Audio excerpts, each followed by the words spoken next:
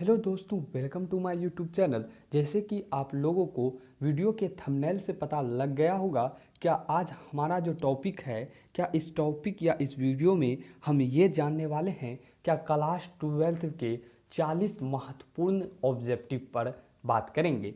तो आज का जो हमारा 40 महत्वपूर्ण ऑब्जेक्टिव है उन्हीं पर आज हम लोग चर्चा करेंगे। और इससे पहले हमारा पॉलिटिकल साइंस का एक मॉडल सेट आ चुका है 100 ऑब्जेक्टिव वाला, तो आप उसे भी जाकर देख सकते हैं। तो हमारा ऑब्जेक्टिव सेशन है आज क्लास 12th के पॉलिटिकल साइंस का, यानी कि राजनीतिक विज्ञान का।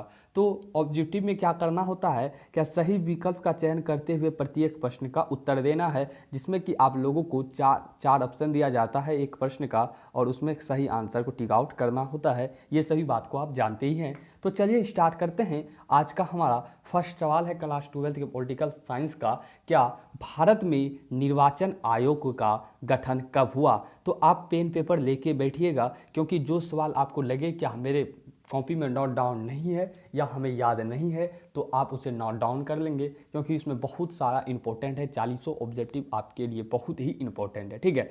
तो सबसे पहला सवाल आप लोगों के सामने आता है कि भारत में निर्वाचन आयोग का गठन कब हुआ।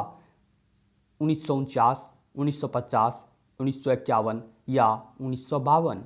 तो इनमें से जो बच्चे 1950 बताए उनका करेक्ट आंसर है। सेकंड सवाल है हम लोगों का, भारत के प्रथम शिक्षा मंत्री कौन थे। बहुत ही इंपॉर्टेंट सवाल है, क्या भारत का प्रथम शिक्षा मंत्री कौन था। तो बताइए भारत का प्रथम शिक्षा मंत्री कौन थे। के एम मुंशी, सरदार वल्लभ भाई पटेल या अबुल कलाम आज़ाद या सुचेता कृपालनी। तो जो बच्चे बता रहे हैं अबुल कलाम आज़ाद को, तो उसके करेक्ट आंसर हैं भारत के प्रथम शिक्षा मंत्री जो थे आपके अबुल कलाम आज़ाद ही थे। थर्ड का सवाल आता है, क्या भारत में तृतीय आम चुनाव कब हुआ था। भारत में तृतीय आम चुनाव जो हुआ था वह आपका कब हुआ था। 1961, 1962, 1963 या 1964। तो जिसे लगता है ऑप्शन नंबर ख जो है करेक्ट आंसर है, तो वह सही बता रहे हैं, बिल्कुल सही बता रहे हैं। तो इसका आंसर जो है ख, अर्थात 1962 ईस्वी में तृतीय आम चुनाव हुआ था। और आप लोग हमें कमेंट में बताएंगे क्या प्रथम आम चुनाव कब हुआ था। चौथा सवाल आता है, क्या भारत का 29वां राज्य कौन है। तो कौन है नहीं, वर्तमान में ये राज्य अभी नहीं है, यानी कि कौन था 29वां राज्य। तो इसका जो आंसर था होता आपका तेलंगाना। कौन होता, तेलंगाना। मिसप्रिंट है, याद रखेंगे। भारत का 29वां राज्य कौन था, तो आपको पता ही होगा क्या तेलंगाना। और वर्तमान समय में आपका 28 ही राज्य है, आपको ये बात भी पता ही है। और वर्तमान समय में कितना राज्य है, 28, और 29वां राज्य था वह हमारा तेलंगाना था, ठीक है। इन बातों को ध्यान रखेंगे। पांचवा सवाल आता है, किसने द्विराष्ट्र सिद्धांत का प्रतिपादन किया। यानी कि दो राष्ट्र का सिद्धांत का प्रतिपादन किसने किया था। महात्मा गांधी, पंडित जवाहरलाल नेहरू, मोहम्मद अली जिन्ना या सरदार वल्लभ भाई पटेल। तो बताइए किसने द्विराष्ट्र सिद्धांत का प्रतिपादन किया था। तो इसका करेक्ट आंसर है आपका मोहम्मद अली जिन्ना। यही द्विराष्ट्र सिद्धांत का प्रतिपादन किया था। कौन किया था, मोहम्मद अली जिन्ना। नेक्स्ट सवाल छठा नंबर आप लोगों के लिए आता है, क्या किस पंचवर्षीय योजना में गरीबी हटाओ कार्यक्रम को विशेष ध्यान दिया गया। प्रथम, तीसरी, पांचवी या छठी। तो आपका जो इसमें करेक्ट आंसर है वह छठी योजना गरीबी हटाओ कार्यक्रम पंचवर्षीय योजना के अंतर्गत इसे ध्यान दिया गया था। इसका विशेष ध्यान दिया गया था गरीबी हटाओ कार्यक्रम को। तो जो बच्चे घ आंसर बता रहे थे उसका करेक्ट आंसर है। नेक्स्ट आता है आप लोगों के लिए, भारतीय जनता पार्टी की स्थापना कब हुई। भारतीय जनता पार्टी की स्थापना कब हुई। तो सिंपल सा आंसर, भारतीय जनता पार्टी की स्थापना 1980 ईस्वी में। नेक्स्ट आपको लोगों के लिए सवाल आता है कि भारत में सहकारी दूध उत्पादन का आंदोलन कहाँ शुरू हुआ। बताइए क्या भारत में सहकारी दूध उत्पादन का आंदोलन कहाँ शुरू हुआ। बहुत ही इंपॉर्टेंट सवाल है, और इसका ऑप्शन आपको मिलेगा गुजरात, सेकंड महाराष्ट्र, थर्ड राजस्थान, चौथा मध्य प्रदेश। तो इनमें से जिसको लग रहा है option number A correct answer है, तो उसका वास्तव में करेक्ट आंसर है। जो सहकारी दूध उत्पादन का आंदोलन जो शुरू हुआ था वह आपका गुजरात से ही शुरू हुआ था। नेक्स्ट सवाल आप लोगों के लिए आता है, क्या किस भाषा के आधार पर 1953 में आंध्र प्रदेश का गठन हुआ? तो कौन सा राज्य किस वर्ष गठन हुआ? तो इसके लिए आपको प्रॉपर वीडियो हमारे चैनल पर मिल जाएगा, तो आप उसे देख सकते हैं। लेकिन हमारा सवाल यहाँ क्या है, क्या किस भाषा के आधार पर 1953 में आंध्र प्रदेश का गठन हुआ? तमिल, मलयालम या कन्नड़ या तेलुगु, जिसे ऑप्शन नंबर 4 करेक्ट आंसर लगता है। तो बिल्कुल ही सही बता रहे हैं। तो इसका करेक्ट आंसर है आपका तेलुगु के आधार पर 1953 में आंध्र प्रदेश का गठन किया गया था। पूर्वोत्तर भारत के 7 बहनों में कौन सा राज्य शामिल नहीं है? पूर्वोत्तर में आपको पता है कि 7 राज्य है, जिसे 7 बहनें भी कहा जाता है। तो उसमें से इनमें से कौन सा राज्य है जो शामिल आपका नहीं है? मणिपुर, मिजोरम, नागालैंड या पंजाब? तो इसका करेक्ट आंसर है आपका पंजाब जो है आपका, वो 7 बहनों के राज्य में शामिल नहीं है। 11वां नंबर सवाल आता है आप लोगों का, क्या प्रधानमंत्री लाल बहादुर शास्त्री ने किस समझौते पर हस्ताक्षर किया था? प्रधानमंत्री लाल बहादुर शास्त्री जी जो था वह किस समझौते पर हस्ताक्षर किया था? सिंपल सा आंसर इसका ताशकंद समझौता पर आप लोगों का लाल बहादुर शास्त्री जी समझौता किए थे। और ये सवाल में ऑप्शन देने की क्या बात है। नेक्स्ट सवाल है आप लोगों के लिए 12वां नंबर सवाल आता है कि भारत की विदेश नीति का निर्माता किन्हें माना जाता है? भारत की विदेश नीति का जो निर्माता है उसे किन्हें माना जाता है? पंडित नेहरू को, सरदार वल्लभ भाई पटेल, राजेंद्र प्रसाद या महात्मा गांधी को? तो याद रखना है, भारत की विदेश नीति का जो निर्माता माना जाता है वो आपका पंडित जवाहरलाल नेहरू, शॉर्ट नेम यहाँ दिया गया है, पंडित नेहरू को ही माना जाता है।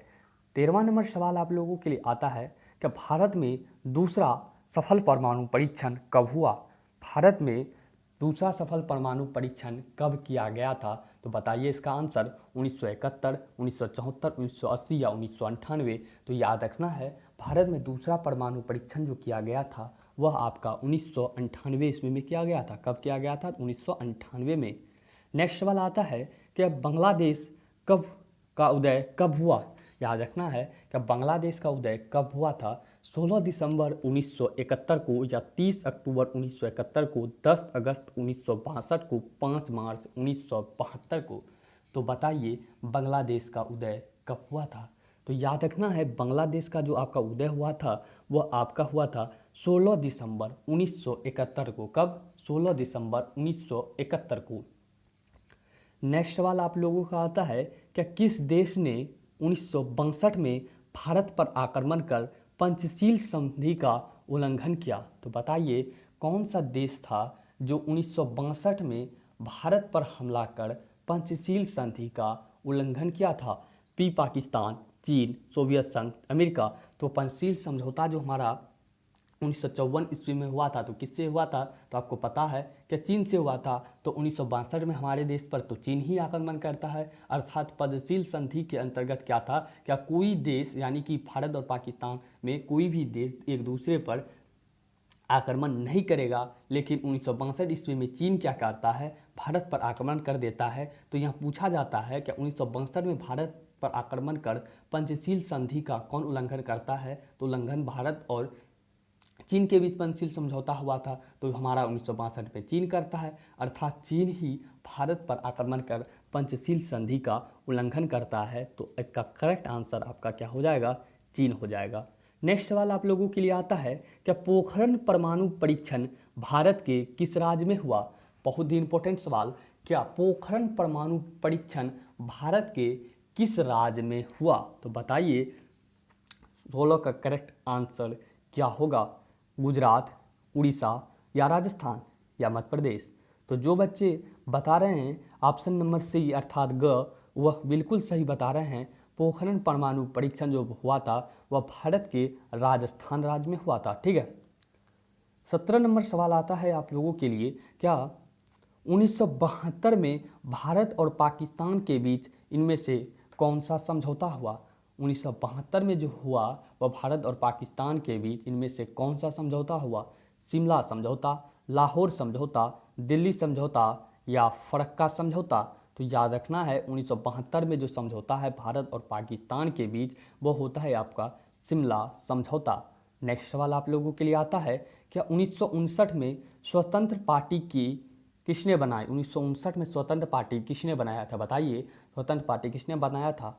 सी राजगोपालचारी, चौधरी चरण सिंह, कामराज या जयप्रकाश नारायण? तो याद रखना है सी राजगोपालाचारी जो थे आपका 1959 में स्वतंत्र पार्टी बनाई थी।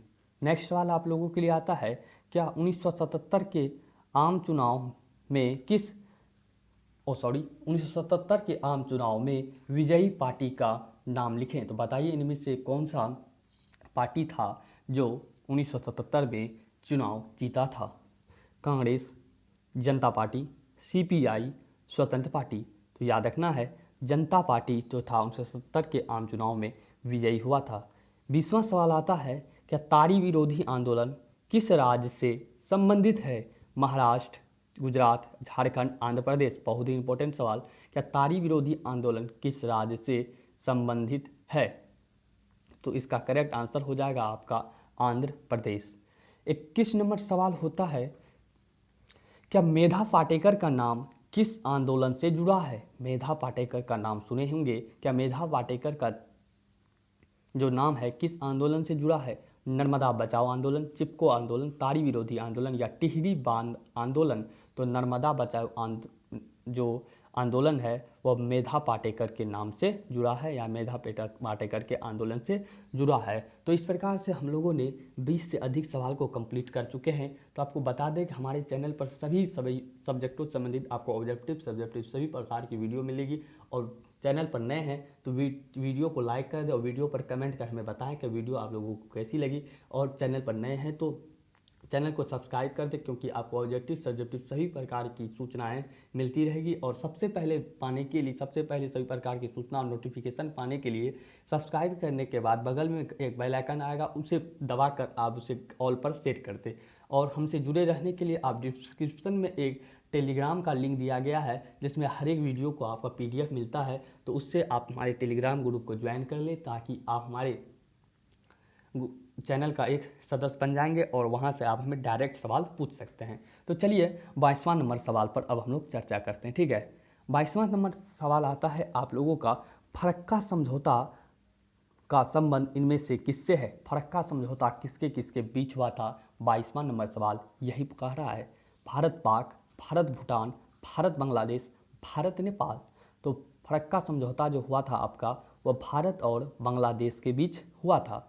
23 नंबर सवाल आता है, भाखड़ा नंगल परियोजना किस नदी पर स्थित है? भाखड़ा नंगल परियोजना किस नदी पर स्थित है? गंगा, कावेरी, गोदावरी या सतलज? बहुत ही इंपॉर्टेंट क्वेश्चन, भाखड़ा नंगल परियोजना किस नदी पर स्थित है? तो करेक्ट आंसर जो है सतलज, जो बच्चे सतलज सोच रहे थे उसका करेक्ट आंसर होगा।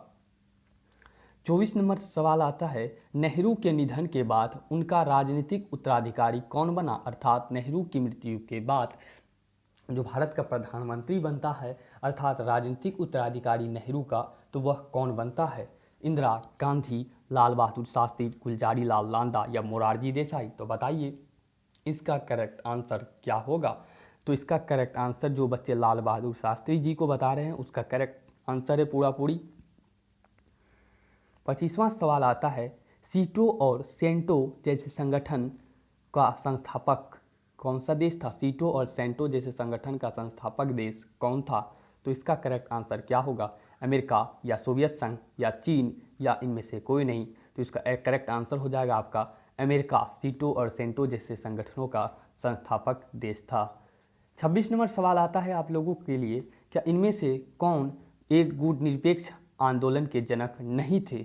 सुकर्ण, मार्शल टीटो, अराफत या पंडित नेहरू? बहुत ही इंपॉर्टेंट सवाल, क्या इनमें से कौन एक गुटनिरपेक्ष आंदोलन के जनक नहीं थे? तो इनमें से गुटनिरपेक्ष आंदोलन के 5 जनक थे, तो 3 इसमें दे ही गया है और 2 आप हमें कमेंट बॉक्स में जरूर बताएंगे। तो इसमें से अगर 3 दे ही दिया गया है तो एक इसमें से नहीं है, तो बताइए इनमें से एक कौन नहीं है? बताइए अंजाद से, सुकर्ण या मार्शल टीटो या पंडित नेहरू या अराफत? तो अराफत जो है वही आपका गुटनिरपेक्ष आंदोलन के जनक नहीं थे। ठीक है, इनमें से के बाद ये तीनों सभी थे।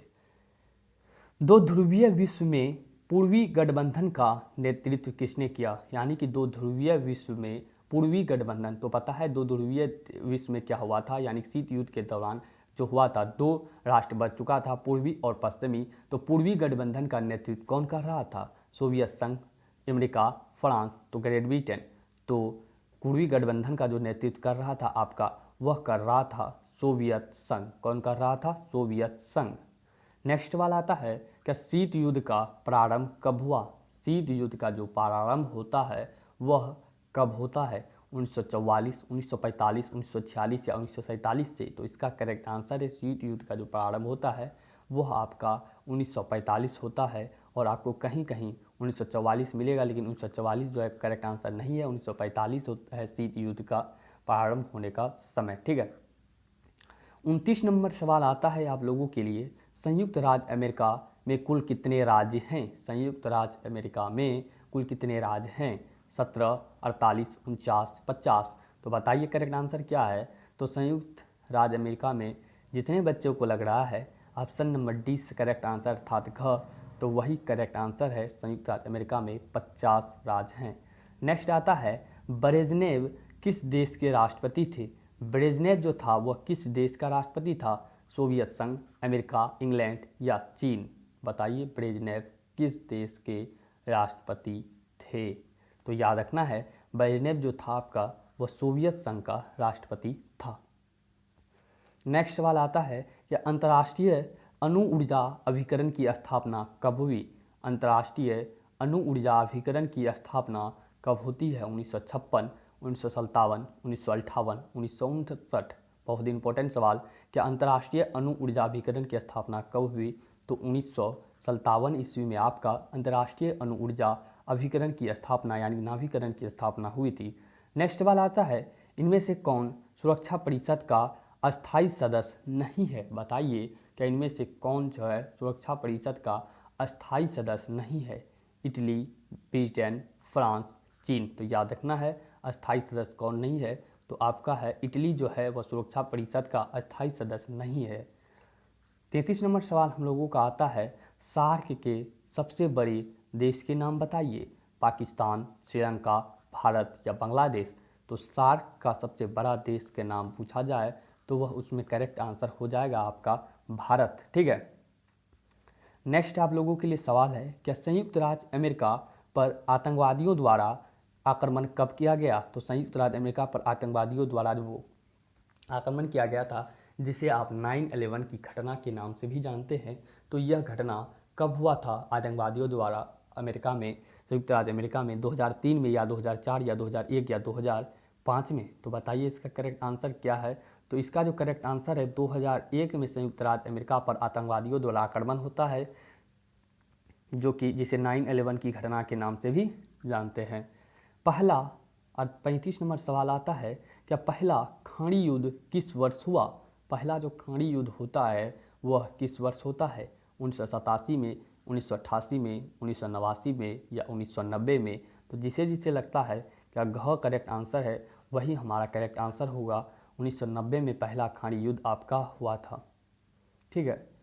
नेक्स्ट सवाल 36 नंबर सवाल, क्या भारत ने श्रीलंका में अपनी शांति सेना कब भेजी? तो आपको पता होनी चाहिए क्या भारत ने श्रीलंका में अपनी शांति सेना भेजी थी, लेकिन यह भेजी कब थी वह सवाल पूछी जा रही है। 1985 में, 1986 में, 1987 में, 1988 में? तो याद रखना है जो भारत ने श्रीलंका में अपनी शांति सेना भेजती है तो 1987 में भेजती है। ठीक है। नेक्स्ट वाला आता है, क्या सुरक्षा परिषद में कुल कितने सदस्य होते हैं? सुरक्षा परिषद में कुल कितना सदस्य होता है? 5, 8? याद रखना है कुल पूछा जा रहा है, अस्थाई या अस्थाई नहीं पूछा जा रहा है, कुल पूछा जा रहा है। ठीक है। 10, 5, 8 या 12 या 15? तो इसका करेक्ट आंसर है 15 और 10 आपका अस्थाई और 5 क्या होता है हमारा? तो सुरक्षा परिषद में कितना सदस्य होता है? दो प्रकार का सदस्य होता है, एक अस्थाई, दूसरा अस्थाई। अस्थाई में 5 और अस्थाई में 10, तो कितना हुआ? कुल कितना हो गया? 15। तो करेक्ट आंसर क्या होगा? 15। 38 नंबर सवाल आता है, निम्नलिखित में कौन सी संधि अस्त्र नियंत्रण संधि थी? अस्त्र नियंत्रण संधि कौन सी थी? बताइए इसका करेक्ट आंसर क्या होगा? अस्त्र परिसीमन संधि 2, सामरिक अस्त्र न्यूनीकरण संधि, परमाणु और प्रसार संधि या सभी? तो इनमें से कौन सा संधि जो है अस्त्र नियंत्रण संधि थी? तो इसका करेक्ट आंसर होगा सभी। इनमें से सभी जो है ये यानी कि अस्त्र परिसीमन संधि 2, सामरिक अस्त्र न्यूनीकरण संधि, परमाणु और प्रसार संधि, ये तीनों आपका जो था वह संधि अस्त नियंत्रण के था। तो इसलिए करेक्ट आंसर इनमें से सभी हो जाएगा। ठीक है, 39 नंबर सवाल आता है, क्या किन देशों द्वारा जैविक हथियार समझौते पर कितने देशों द्वारा जैविक हथियार समझौते यानी कि BWC पर हस्ताक्षर किया गया? 150, 152, 154, 155। बताइए कितने देशों द्वारा जैविक हथियार पर समझौता किया गया था? तो इसका करेक्ट आंसर है आपका 155 देशों द्वारा आपका जैविक हथियार समझौते पर हस्ताक्षर किया गया था। लास्ट और अंतिम सवाल आप लोगों के लिए आता है, क्या वैश्वीकरण का समान अर्थ क्या है? राष्ट्रीयकरण, अंतर्राष्ट्रीयकरण, ध्रुवीकरण या एकीकरण? सिंपल सा आंसर, वैश्वीकरण का समान अर्थ एकीकरण।